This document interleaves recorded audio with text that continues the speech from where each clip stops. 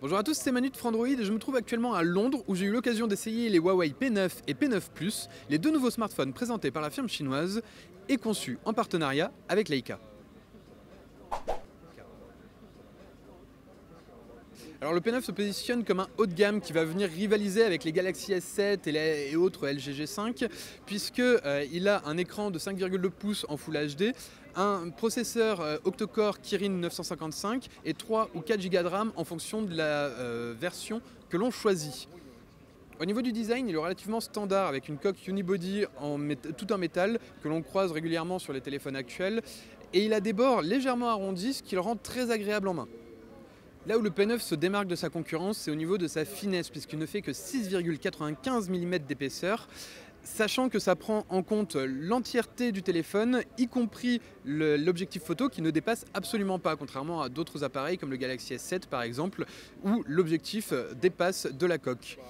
De même, ces bordures d'écran ne font que 1,7 mm d'épaisseur, ce qui est très peu et qui rend son écran vraiment omniprésent sur sa façade.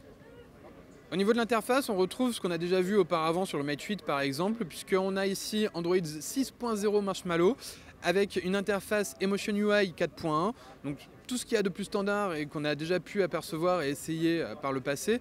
Ce qu'on peut remarquer en tout cas, c'est que ce soit sur le P9 ou le P9 Plus, l'interface est très fluide et on peut lancer plusieurs applications et switcher de l'une à l'autre sans avoir le moindre ralentissement.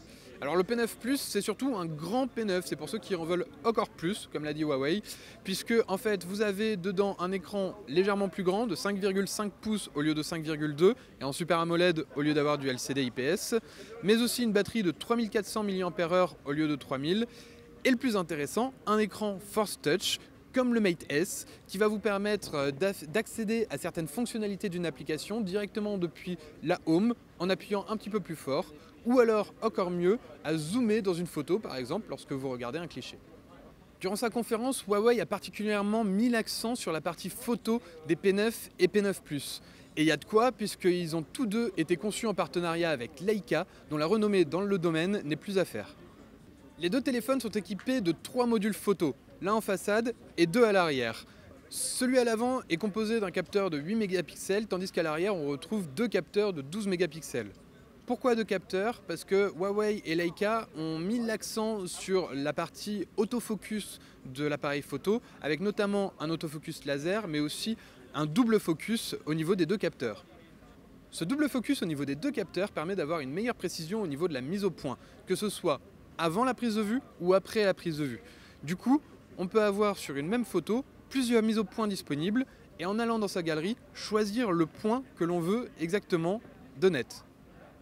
On retrouve également tous les modes habituels que l'on trouve sur les smartphones actuels, à savoir les filtres un peu à la Instagram, mais aussi le mode panorama, le mode HDR. On a aussi un mode monochrome en noir et blanc dont Huawei et Leica sont très fiers, ainsi que tous les paramètres habituels d'affichage de grille, de résolution, etc., etc. Et comme sur les meilleurs téléphones à l'heure actuelle, on trouve également un mode manuel complet qui permet de modifier aussi bien les ISO que la balance des blancs, que la vitesse d'exposition et tous les paramètres qu'on peut avoir sur un appareil photo réflexe. Présenté aujourd'hui, le Huawei P9 sera disponible en deux versions à partir du 16 avril. L'une avec 3 Go de RAM et 32 Go de stockage, l'autre avec 4 Go de RAM et 64 Go de stockage. Le P9 Plus, quant à lui, sera disponible à partir du 20 mai à 749 €. N'hésitez pas à vous abonner à notre chaîne YouTube pour retrouver toutes nos vidéos.